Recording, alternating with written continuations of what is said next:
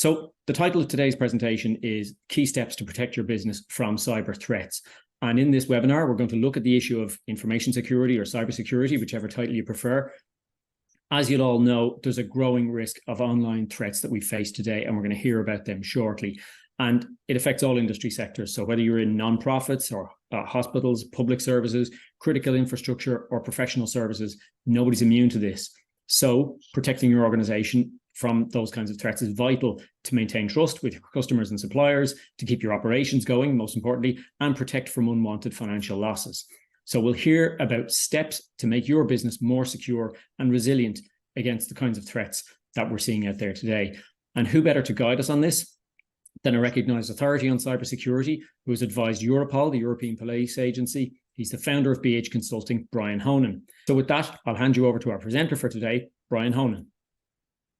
Thanks, Gordon, and welcome everybody. Thank you for taking the time to spend your afternoon with us today to talk about the key steps to take to protect your business from cyber threats. So I'm just going to share my screen there. So what I want to do today is give you some background as to what's been happening at the global level, but also at the Irish level with regards to cybersecurity, what trends we're seeing, and also what we're seeing in BH Consulting amongst our client base, to share that with you, and then to give some recommendations on how we believe you should try and deal with these particular threats. I think it's interesting to see that you're here because obviously you believe cybersecurity is a major issue and of a big concern to you and your organization. But I think it's good to see that you're not alone in those concerns, that the World Economic Forum is also citing cyber attacks and cybersecurity as a major risk. This is from the World Economic Forum's own global risk report that they produce every year. So January, February, every year they get the World Economic Forum get together in Davos, produce reports on what they believe are the key risks to the global economy. And you can see there, highlighted in that screen, cyber attacks are on critical infrastructure is the fifth most important risk that they've identified. And if you look at what they identify over the next 2 years, it is still in the top 10. Widespread cybercrime and cyber insecurity is in the top 10 risks against the global economy. And likewise, for the next 10 years, it's going to be one of the top 10 risks that we're going to face at a global economy level. So it is something that unfortunately is not going to go away anytime soon. So we need to be very prepared for it. And there's a lot of things driving this. One of the key issues we've seen this year has been the Russian invasion of Ukraine. We've seen several cyber attacks associated with that war, primarily focused on Ukraine targets with Russian hackers and Russian, whether they're nation states sponsored by the Russian government, or they are just pro-Russian hackers, have been targeting Ukrainian systems and services, such as the electricity grid and other critical utilities. And likewise, Ukrainian attacks have been going against Russian targets. And the concern is that some of these attacks may, at some stage, overspill out into the greater internet and cause a lot of collateral damage. And obviously, from our point of view here in Ireland, that you have a lot of infrastructure that is used to serve not just Irish companies or companies in the EU, but also Ukrainian organizations and companies. We have a lot of cybersecurity companies who are providing their services for free and technology for free to Ukraine to fight against Russian aggression. And they're all based with their European headquarters here in Ireland as well. So that's kind of, putting us as an elevated risk that should pro-Russian attackers look to expand their targets to organizations that are supporting Ukraine from a computer point of view, or services, or etc., that we could be caught in the collateral damage for that. And we're seeing other conflicts. The Israeli-Gazan conflict is also increasing a lot of cyber attacks and aggression online. And again, the concern is that could overspill into other areas and have a negative impact around the world. For example, if one side was to develop a computer virus or a computer worm that was to target certain operating systems, that it may not just be contained within the country that was targeted, it could spread worldwide and cause a lot of issues. So these are the concerns we have. I think also if you look at reports such as the Verizon Data Breach Investigations Report, so Verizon is a US telecommunications and data center provider. They are globally based, so quite a large organization. And for several years now, they've been running their data breach investigations report. So it's a unique amongst a lot of the security reports we see on the market, in that, you know, there's lots of good security reports produced by the various different security companies and the other larger software providers as well.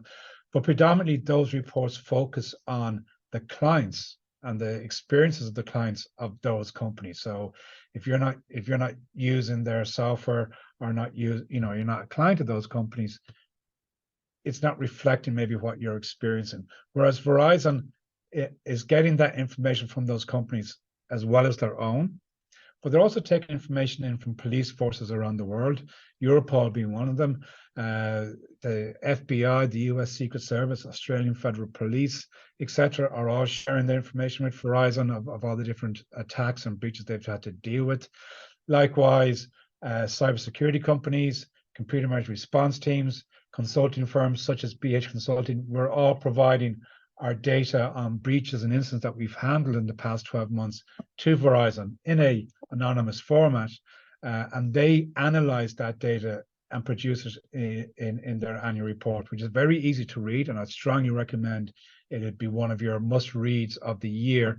It's written in a language that's very businesslike. It's not a technical focused report, and it even breaks it down per sector and per region as to what the threats are all along. So some of the key takeaways that I saw in this year's report was that 75, if you like, 3/4 of all breaches involve some sort of human element, either via error, privilege misuse, as in accounts being used for access that they shouldn't have accounts for. But a big part of that is stolen credentials or social engineering, phishing attacks, etc. Now, I know everybody's going to go, oh, 3/4 of breaches are down to the human element, therefore the user is the weakest link. I do not agree with that sentiment at all. I think what we have here is a situation where criminals realize that human nature being what it is, they are targeting humans much more so than the operating systems that we are using. And that's where we're leading to a lot of errors as well. 83% of all breaches involved external actors. So, nearly one in five were internal, but 83%, a good majority of them are external actors, predominantly driven by financial motivation. So criminals looking to ransomware or steal credit card information or to steal personal data or other sensitive data and to sell that on. So financial motivation is what's driving a lot of the attacks we're seeing these days. And ransomware continues its reign as one of the top breaches or the top risks across the world. And we see that in our own client base. All our clients have ransomware as a concern and definitely on their cyber risk register for 2023 and 2024. I don't see this going away anytime soon, because ransomware is a very lucrative and low risk way of criminals to make money very quickly and very fast. And now they're combining not just extortion for you to get the key to decrypt your information. They're also extorting you to not release the information publicly on the internet as well. So they're looking for many different ways to try and monetize their attack as best as possible. And the top 3 ways attackers get into your organization, and I'm sorry to say, if any of you are fans of hacker movies or any Hollywood movies where they show hackers typing away on a keyboard and using sophisticated means to try and break into systems, it's not the way. It's stolen credentials. It's using it's people reusing passwords across different systems and different platforms, and one of those platforms getting compromised, and the hackers simply reusing the credentials across other websites to see do their work, and they do. It's phishing credentials. It's sending links or attachments in via emails, getting people to click on them, bringing them to a website to enter their username and password, and we're seeing that quite a lot. And then, yes, there is exploitation of vulnerabilities, particularly on the internet-facing side of things. If you've got remote gateways, email servers, Citrix platforms, etc., you need to be on top of your game in deploying patches against those vulnerabilities as quickly as possible.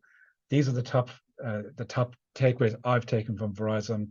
Perhaps if you read yourself, you might come across other ones, but to me, these are the key things that we should be concerned about. And a bit closer to home, this is from Hiscox Cyber Insurance. So Hiscox are a cyber insurance broker. They have done a survey amongst their client base. So while this is focused on their clients, at least their Irish clients, so it's something that we can maybe bring a bit closer to home and make it a bit more relevant to ourselves. So according to Hiscox, 71% of Irish business suffered at least one cyber attack in the past 12 months. So that's a quite significant figure, and that this is the third year in a row that figure has increased. And again, reiterating and probably mirroring what the Verizon Data Breach Investigation Report says, phishing is the most likely entry point at 70%. And anybody who is paid a ransom during a ransomware attack, half of those people, surprise, surprise, get an additional ransom demand, because who would have think it? You can't trust criminals. You know, they're not the most trustworthy people to be doing business with. So our argument will be you shouldn't even be looking to pay a ransom. Look at ways to recover your systems quickly as you can. Now, I understand that sometimes business reasons might override that concern, but you know, now is the best time to prepare for a ransomware attack, not when you get hit by one, and to make sure you've got the right controls and tools in place to recover. And then of the compromised systems, half response to the first point of entry was via their corporate-owned server or a cloud server, and you know, we see a lot of that happening. It's email accounts being hijacked, or Office 365 or Google Business accounts being hijacked, giving criminals access to corporate resources then in the clouds.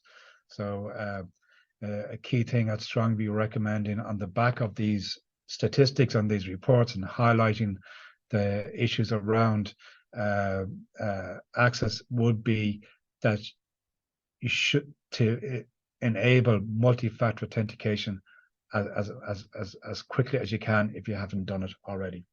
And we've kind of talked about ransomware, and people often say to me, what is involved in a ransomware attack? And the next slide is actually is a video. It's from Cisco from a few years back, but it just shows you how criminals profile an organization, how they have different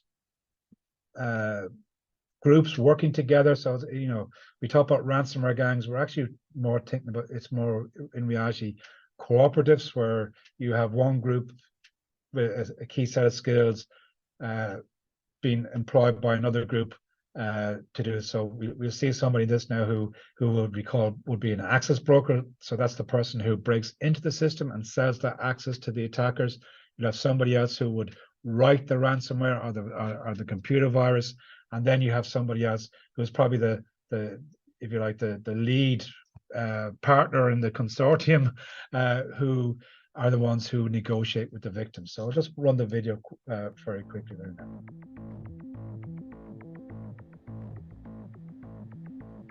How did you decide to become a hacker? Well, I'm not really sure what it means to become a hacker. That's like some guy in a hoodie who types really fast and stays up all night writing code or password.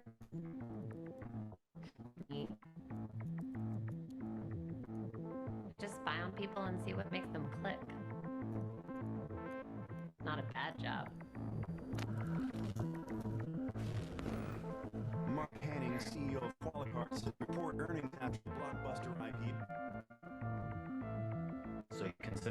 top? I put a lot of work into this. I'm not lazy. It takes research to figure out the key players, learn all about them, their families, their friends, their about. You have to understand the company's organization. I get a lot of my information from the sales department because they're always so quick and eager. They're hungry. People trust too easily. They look at the details. I do.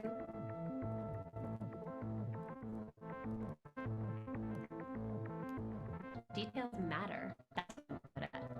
It has to be completely believable. It has to look familiar. This is where research is important. It's not some generic piece of spam. It's an email from their boss. Company signature. Written in the voice of the boss. It's, say, if you were writing this. What about the malware? How does that work? Somebody else out there already wrote all the code as the actual attack. I'm just using it in the attachment. My skill is in my ability to get a bunch of people to click on that attachment. I always wonder what it's like when the whole thing unfolds on their end. When it sets in. Please leave your message after the beep.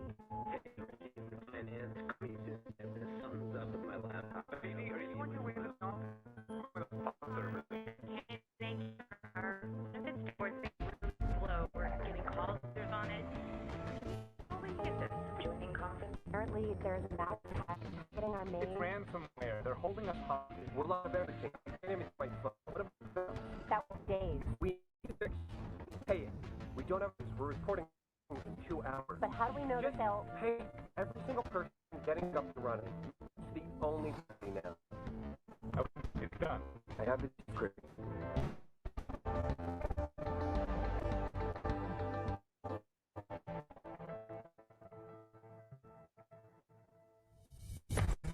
Mark, we have a. The ransomware was just distracted us. They got inside. They got everything. Customer data, financials, everything. Qualcomm is reeling today. The news have released the personal information of news. Nasdaq closed lower today by Qualcomm, which was down 14% on news that the recent data breach may be far worse than the original. To a new time low.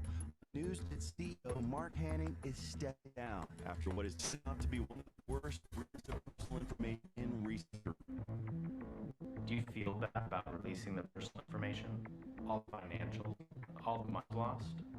All I did was get the files. I'm not the one that decided to release them. I'm the one that shorted the stock. Somebody else had their reasons for that. Above my pay grade. Paid to do a job, and I did it well. And that's what's expected of anyone, isn't it? Anyway, markets bounce back.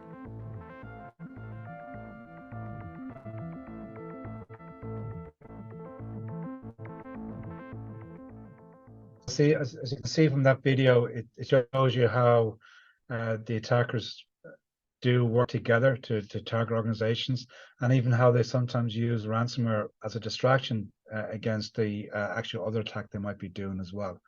And speaking of attacks, we can see in the past 12 months that there have been significant attacks here in Ireland. The top left-hand one there is with regards to hackers breaking into the MoveIt software. So if you're not familiar with MoveIt software, MoveIt is a piece of enterprise software used for transferring large files between organizations. So it's often used for companies that provide outsourced services to transfer files in and out of their clients. The MoveIt software had a vulnerability in it that was discovered by the Clop ransomware gang. And through that vulnerability, the Clop ransomware gang were able to access every installation of MoveIt worldwide. So to date, there's over 1,000 victims of this attack. Victims include Aer Lingus, the HSE, Boots Chemists, etc., who had outsourced various functions to third parties who were transferring files in and out the organization using MoveIt software. And because those outsourced companies got breached via the vulnerability in MoveIt software, the clients, their customers, such as Aer Lingus, HSE, etc., also got a breach. So this highlights a concern we're going to have over the coming years, over coming months and years, is that our supply chain is going to be become much more important in our cybersecurity programs. We saw during the summer the breach of the PSNI in Northern Ireland, where confidential information was inadvertently shared via the PSNI website in an Excel spreadsheet, resulting in the personal details of all PSNI officers being released. And that in turn resulted in some of those officers having to move house or even leave Northern Ireland due to the risks and threats posed to them. Earlier on this year, we had a company in Derry who provided outsourced services to charities here in Ireland, and they had a security breach impacting charities here in Ireland, where the sensitive data belonging to those charities was compromised. One of those charities, for example, was the 1 in 4 charity, and they were impacted by that. And again, when it comes to supply chain, the central bank had a breach in early summer, midsummer, whereby the credit rating function that it provides to the financial organizations here in Ireland is outsourced by the central bank to a third party. That third party had a glitch in its software, resulting in data being available for longer than it should be, impacting people's credit ratings. So that was an embarrassment for the central bank over it. And then with revenue commissioners have had over 370 data breaches in the past 18 months. So, you know, these are just examples of some of the breaches, etc., that we've had over the year, and some of the concerns that we should have. There's a lots of other threats that we need to worry about. We have cloud computing threats. Many of us have migrated to the cloud as a result of COVID, and the cloud provides a lot of benefits. Here in BH Consulting, we are completely cloud-based, so we don't have any on-premise computing at all. So, you know, I'm not saying the cloud is bad. It does have a lot of benefits, but as with any solution, there are risks and threats in it, and you need to understand those risks and threats and make sure you have the right controls in place to manage them. We're seeing an increase in growth in the use of Internet of Things. So that comes down to our homes, where we've got smart meters, smart lights, smart alarms, smart fridges, smart TVs. Everything seems to be smart, maybe apart from maybe the people who live in these houses. So that's happening. And smart buildings, so even our own offices have smart devices built into them, similarly for heating, etc.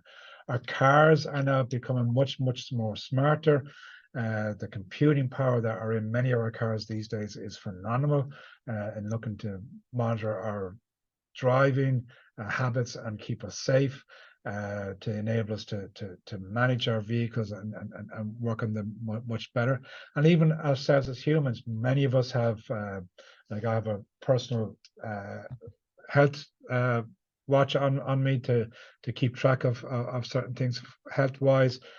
People have smart pacemakers, smart insulin pumps that are internal to them, that can all be managed and controlled, and their health improved by using smart devices and by using laptops to connect to these devices by the doctors to get the information they need, providing much better and more positive outcomes for individuals. But again, they all bring threats to us, and that was even brought home from a corporate point of view earlier on in the pandemic in 2020, when the Revenue Commissioner issued an edict to all staff asking them not to speak and talk about sensitive customer client information in front of any virtual assistants such as Alexa, etc., when they're at home. Of course, we can't have a cybersecurity conversation these days without talking about artificial intelligence. And that is an area that we have, again, it can provide a lot of benefits to businesses by using artificial intelligence to manage our data, improve our products, improve our service offerings to our clients. So artificial intelligence can bring a whole lot of good. But attackers can use artificial intelligence as well in a way of developing more sophisticated and convincing phishing emails, or using artificial intelligence to mimic voice or even video calls of people in the organization to try and commit fraud, looking for artificial intelligence to find bugs in software that could be exploited. But likewise, on the positive side, we in cybersecurity can use artificial intelligence ourselves to improve our defenses, using AI to analyze the security logs and data we have to look for potential issues or breaches, to improve our defenses, etc. So again, while there are positives with artificial intelligence, there are threats, and today and for next year and the next few years, we need to be proactively looking at those threats and seeing how we can minimize the threats and reduce them, but also how we can leverage off this technology to help us out. I think we're seeing a huge change as well in compliance and regulations. This is going to be a big issue for anybody in cybersecurity over the next few years. We've already seen the impact GDPR has on data privacy, and as part of that, that has brought in requirements and further focus on the cybersecurity aspect of keeping data secure. But we're seeing more and more focus on compliance coming through. And the next two slides, I am not going to go through each line, you'll be thankful to hear, but just to give you a flavor of the tsunami of regulations and laws that are coming along that we may need that we're going to have to consider. Now, obviously, some of these depend on what industry you're in, but these are some of the stuff you need to work about. For example, we mentioned GDPR already. Up there, the very top, Network Information Security Directive, NIS 2. We have 10 months to be ready for NIS 2, which is coming into effect in October of this year. Now, you might sort of say, well, we're not a regulated entity under NIS or NIS 2, so I don't really have to worry about this directive. Well, that may not actually be true. Part of NIS 2 is that the regulated entities have to ensure that they manage the risk in their supply chain. So that means if you are a supplier or a supplier of a supplier or anywhere within the supply chain of a regulated entity, you could be potentially having to verify and improve your security to continue to provide services as part of that supply chain. And so that's coming into effect in October. Now, we did some work with Huawei on developing a white paper aimed at what SMEs and businesses need to do to get Irish SMEs and Irish businesses need to do to get ready for NIS 2. And Gordon will put that in the chat notes as a link on how you can download that white paper. We had the Cyber Resilience Act coming in, that has just been agreed, and that means that anybody selling hardware or software into the EU will be required to meet a minimum of security standards. So if your business is writing software or manufacturing, you now have to ensure that your products not only meet the safety standards and health and safety standards and electrical safety standards, etc., you're also going to have to make sure that they meet cybersecurity standards in order for them to be sold in the EU. We've DORA, the Artificial Intelligence Act, which is going to impact on data privacy issues, the privacy regulation, and how people can market to and do mass mailings and etc. So there's a lot of stuff coming down at the EU level that is going to impact businesses here in Ireland over the coming months and years. And outside the EU, you've got maybe regulation standards in other countries and regions. So if you are looking to sell internationally, you're going to be concerned about their issues. If you're processing credit card payments, of course, you've got PCI DSS, the Payment Cards Industry Data Security Standard that you need to comply with. Even if you have a website that you process credit card information with and you send that out to a third-party payment processor, you still need to ensure your website is PCI compliant. We're seeing an increase in cyber insurance. So if you're looking for cyber insurance, there's been more onus being placed on you by the insurance companies to improve on cybersecurity as well. And then coming back to what we said about NIS 2 and the supply chain, there's a lot more requirements going out from customers into their supply chain to demonstrate and prove that you have cybersecurity as a managed and under control within your organization. So there's quite a lot of stuff coming along our way that you need to be concerned about. And then as well as those, these are the threats that we're seeing. So these are the threats we're seeing and have seen for the past 12 to 18 months amongst our client base, not just here in Ireland, but we've got clients in the US, UK, Europe, South Africa, and in Asia. And this is what we're seeing as the top challenges many clients are facing. First of all, no surprise if you were to guess that ransomware is one of those concerns, but ransomware attacks continue to be one of the top issues that people need to worry about. We are seeing an increase in DDoS attacks now. This may be related to the conflicts we talked about earlier on, where we see different websites and different systems being targeted by attackers on both sides to support their cause. We're also seeing criminals using DDoS attacks as part of their extortions and using new types of DDoS attacks and exploit new vulnerabilities. So it's always good to keep on top of what your DDoS controls are in place to make sure that you've got them controlled. This one, while you could argue is not really a cybersecurity issue, this is CEO invoice redirection fraud, whereby criminals mimic or hijack an account and convince people in accounts payable to pay an invoice or to pay money to a bank account under the control of the criminals. So this could be hijacking the email account of the CEO and sending a message to the payments people saying, we're about to acquire a new business. Please send 100,000 euro to this account by close of business today. Please keep this confidential because we're under NDA. I'm in negotiations all day, so I won't be able to take a phone call or respond to any emails, but please make sure this is done by close of business.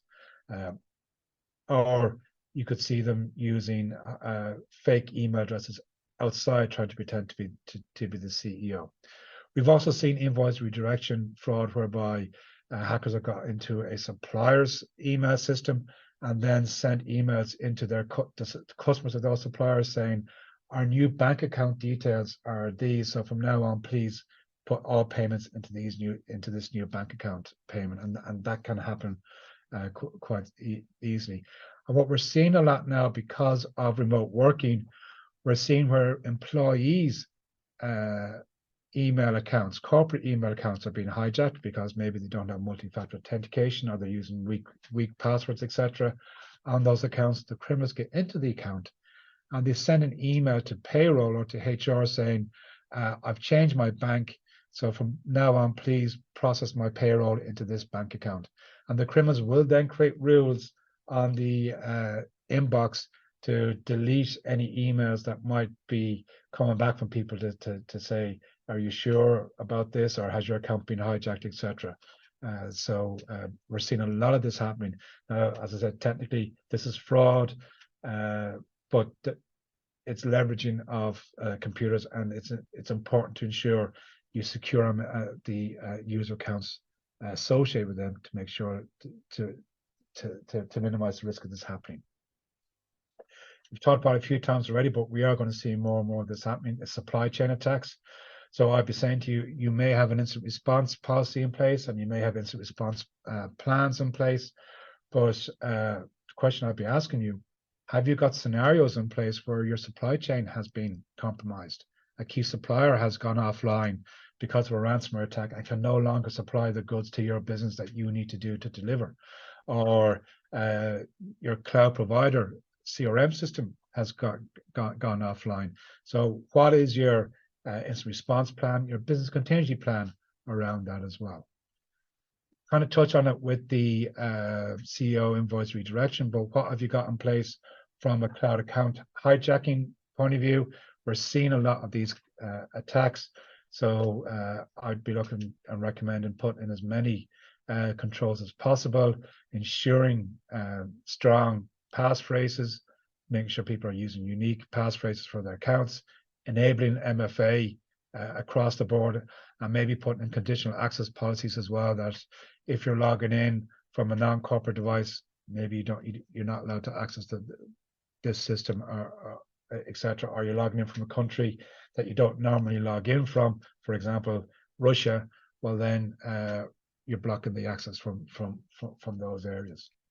And criminals will continue to target the human. Again, this is not saying the human is the weakest link in our security. It's saying that it's managing the human risk. And it's often because our systems are not designed to be resilient from the very beginning. If I drive my car home from the home today, or I drive my car today, as a driver, I have got protections in my car in the event I make a mistake. I've got warnings on my dashboard if I'm driving too fast or I'm drifting out of my lane. I have a seat belt. I've got airbags, crumple zones in the car, there, etc., etc. So if I make a mistake, the car is designed to protect me as best as it can. Our systems aren't like that. We make a mistake, and it's quite easy for any of us to make a mistake. We've all clicked on links in emails by accident. We've all clicked on attachments by accident that we know we shouldn't have. But our systems haven't been designed to be resilient enough to protect us. So criminals know that, and that's what they continue to target. So we need to ensure our staff and colleagues have the best tools available to them, such as awareness raising, etc. Improve, we make our systems as resilient as possible, and protect our networks as much as we can. And where I see the 5 steps to improve your cybersecurity at an organizational level, I'm going to go through each of these slides now and talk you through what I believe we should be putting in place as those people responsible for cybersecurity in our organizations, and how we manage the risk to the business that cybersecurity poses. So the first thing we need to do is identify what are the key business assets. So what is it that we're trying to protect? If we don't know what we're protecting, how can we protect it? So what are your key assets? Is it the customer database? Is it your company's blueprints for that new product? Is it intellectual property? Is it the services you provide? Is it what is the information that are your key assets? Where are those assets located? Are they on a centralized mainframe that you can only get in to restricted areas? Or is the information spread through the cloud or on laptops and smart devices, etc.? What services do those assets rely on, be that internet, power, computing, etc.? And what's in place to protect all those assets? Are the protections you have in place adequate based on the value of that asset and where that asset is located? So that leads us on to the other area that we need to be doing: implement effective cyber risk management. I can't tell you the number of times, because it's countless, that I've asked questions of an organization: have you got a cyber risk management in place? And they go, yes, we have cyber risk in place. And I'm going, great, can I see your cyber risk register? And 9 times, or even 99 times out of 100, it's a line in the company's risk register saying cybersecurity is a risk, but no detail below that as to what those risks are. Just saying cybersecurity is a risk, or risk of hacking, or risk of a data breach. But there's no detailed effective cyber risk management. So I'd encourage you need to put in a good cyber risk management framework and treat cyber risk the same way as your organization treats other business risks. Cybersecurity and cyber risk should not be treated as an IT risk or a technical risk. It is a business risk. Every business nowadays is reliant on the internet or on computers in some way, shape, or form. And yes, you may not be a software development house, you may not be an IT company, but you are a company that relies on software. You are a company that relies on IT. Therefore, it is a important asset to your business, and you need to manage risk around that too. You need to conduct regular risk assessments and ensure those risk assessments take into account the threat profile of your organization. And as things change, business-wise, geopolitical-wise, technology-wise, that you take, you adjust your risk profile as well. And then consider, do you need, or is there cyber insurance in place? Look at your cyber insurance policy and see what you can get from that cyber insurance policy to improve your security. Or maybe you need to put cyber insurance in place to manage the financial exposure in the event you do suffer a cyber breach. Now remember, cyber insurance doesn't mean it's not going to prevent you having a cyber breach or a cyber attack. Same way as car insurance is not going to prevent me having a crash, but a car crash. But what insurance does is it manages the financial risk associated with that item happening. So it's important maybe to consider, do you have cyber insurance in place? Based on your risk assessment and the value of the assets you're trying to protect, have you got the appropriate layers of security in place? Are the appropriate controls in place? You know, if you've got critical data on laptops and smart devices, are those devices encrypted? Can you restrict access to those devices to only authorized people?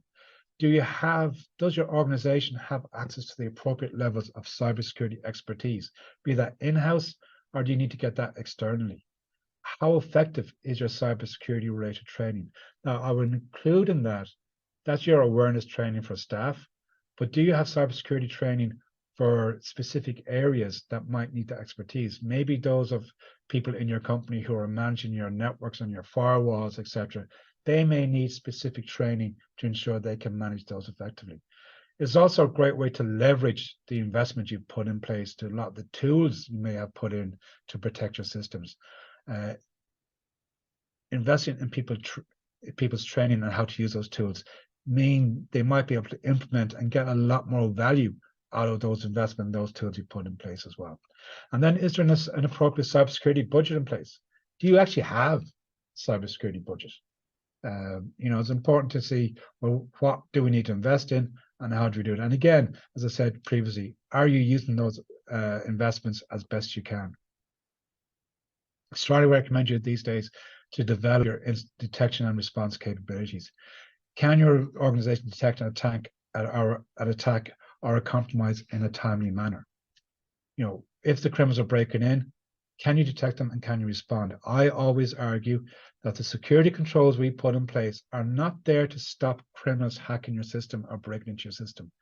They're there to delay the attackers long enough to give you the time to respond. So have you got appropriate incident response plans in place? Have you got run books for the type of incidents that you're worried about, that people know exactly what they're supposed to do and how they're supposed to do it in the event of an attack? Criminals will not attack you at a convenient time. You will get breached at 2 o'clock on a Sunday morning. People who are responding to that attack need to be able to have the tools and resources available to them to do that. And do you have a business contingency or resilience plan in place for a major cyber attack? If you get hit by ransomware and all your systems are offline, how do you continue to provide services to your customers or continue your business in that event? Do you shut everything down, or do you can you switch to manual systems, or what is your resilience and business contingency plan? So tie in your incident response plans with your business contingency. And then I would say we need to provide ongoing support to the cybersecurity function in the business. So again, to reiterate, ensure you've got the appropriate levels of cybersecurity expertise available to across the whole organization, not just your IT people, but to your business people, to your board, so that they are able to understand what the risk is. So give cybersecurity function the opportunity to represent to the board and senior management what the concerns are around cybersecurity and what they should be doing as the management team or the board to manage the business risk around that. And then make sure you've got adequate resources to deal with the risk as an appropriate way, either by people, budget, or time.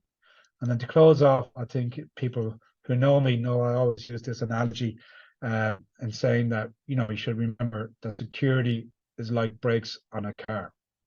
Now, when you think about brakes on a car, what we all think about is brakes makes the car go slow, or it stops the car. And it probably makes sense. Well, yeah, that's why security is like brakes on a car, because security makes us go slow. We have to log into systems. I have to change my password. I have to unlock the door. I have to apply patches. It slows me down. But that's not why I say security is like brakes on a car. I actually state that brakes on a car allow you to drive fast.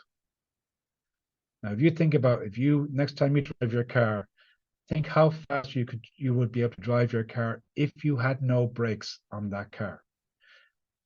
How fast could you drive to negotiate all the twists and turns of your journey, to stop at traffic lights, to be slow enough to be able to stop for any emergencies, etc. So brakes on a car don't slow you down and don't stop you. Brakes on a car enable you to go fast.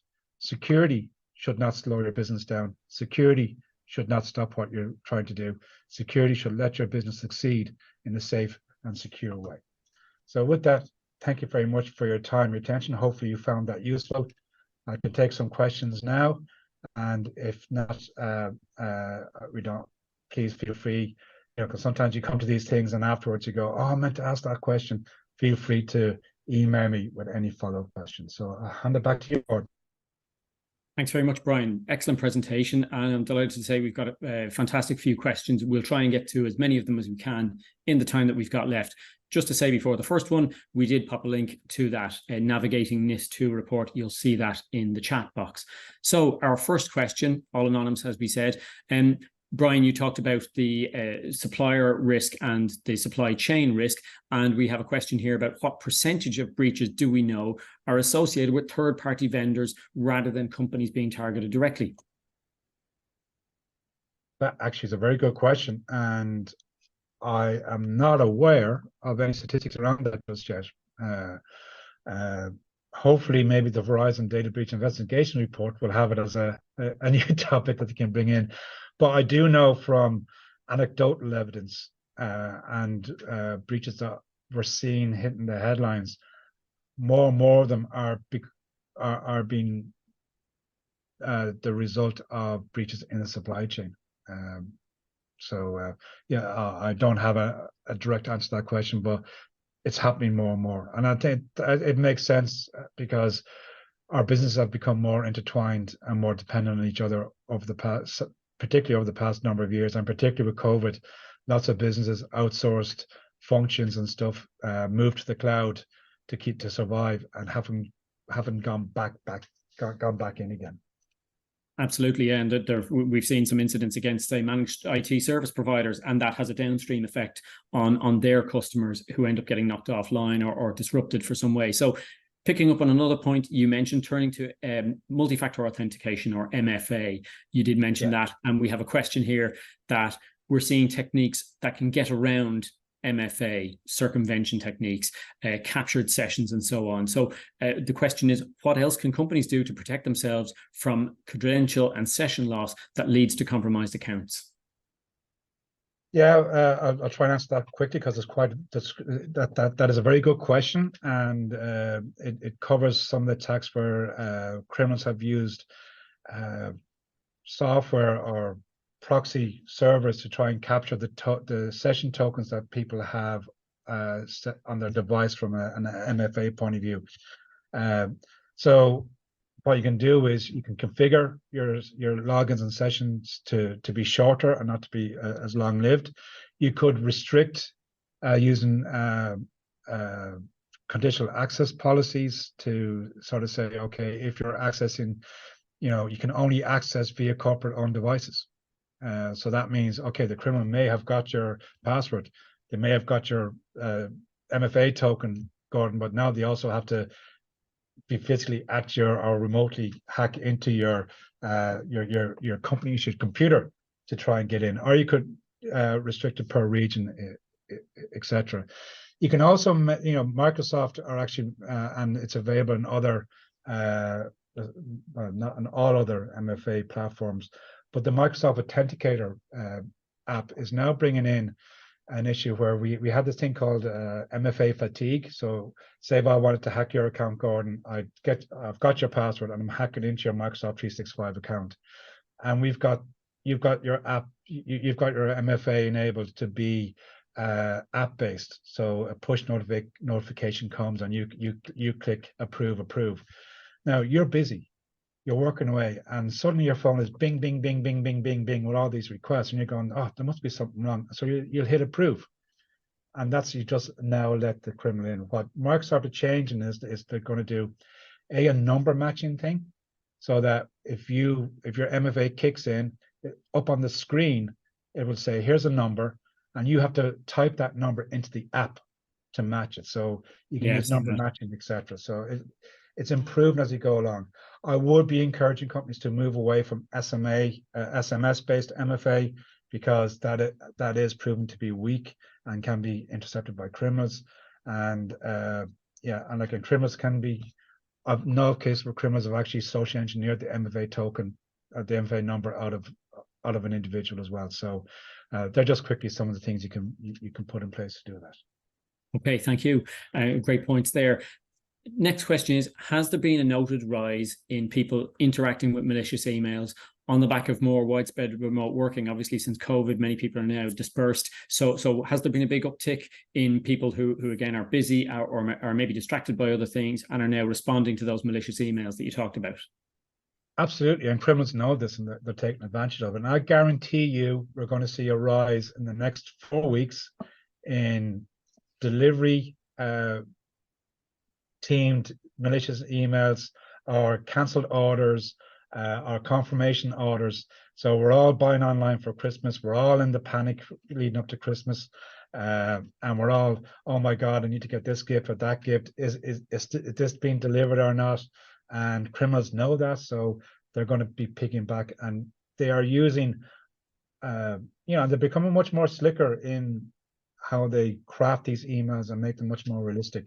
So yes, we are seeing that, and we see these bumps in activity at this time of the year, like Black Friday, or in around when there's major events happening. So for example, Israel's invasion of Gaza, we've seen a lot of malicious websites and malicious emails related to charities, fake charities, to try and have people affected by the conflict. So yeah. Okay, thank you. We have a question here asking, after a successful investigation, is it common to find out the culprits? Very, very good question. And the answer is, it depends. So I will suggest the first thing, the only people who can really determine who are behind the attacks are law enforcement, because they have the ability to get additional information. So while you might be a victim of a cyber attack, the information you may have access to, if you're lucky, are the log files that you've turned on, because we've all turned on our log files, haven't we? And all our log files are working, and we checked and make sure they're working. So that, you might see from a log file the attack came from an IP address, but the IP address could be location in a different country. So you, as a citizen, a private citizen or a private company, have no authority to go to that telecoms provider and say who was using that IP address at this particular time. That is down to law enforcement. So, but I do strongly recommend that companies report breaches to An Garda Síochána or law enforcement, wherever you may be, because often what happens is the police will take that information and they share it with the likes of Europol, and Europol have dedicated analysts who take all that information together and they analyze it. So the information from your breach might be that little, piece of the jigsaw puzzle that's been missing, that those analysts need to say, oh, hang on, here's the complete picture of who's behind this. Now we know what gang is behind this or who are behind this, and we need to go against it. And you can see that's becoming very effective. There's been a lot of very successful raids and operations by Europol and police forces around the world. And I have to take my hat off to the Ukrainian police. Last week, they arrested a ransomware gang. Now, when you consider your country's under 24/7 attack and in the middle of a war, that your police are still able to cooperate internationally with other police forces and take down a criminal gang, that's very impressive. It was impressive, all right. I'd seen that. Now, picking up on another theme that you mentioned, you spoke about how during the pandemic, again, there was some advice not to speak about confidential information whenever there was maybe a smart speaker or something in the room.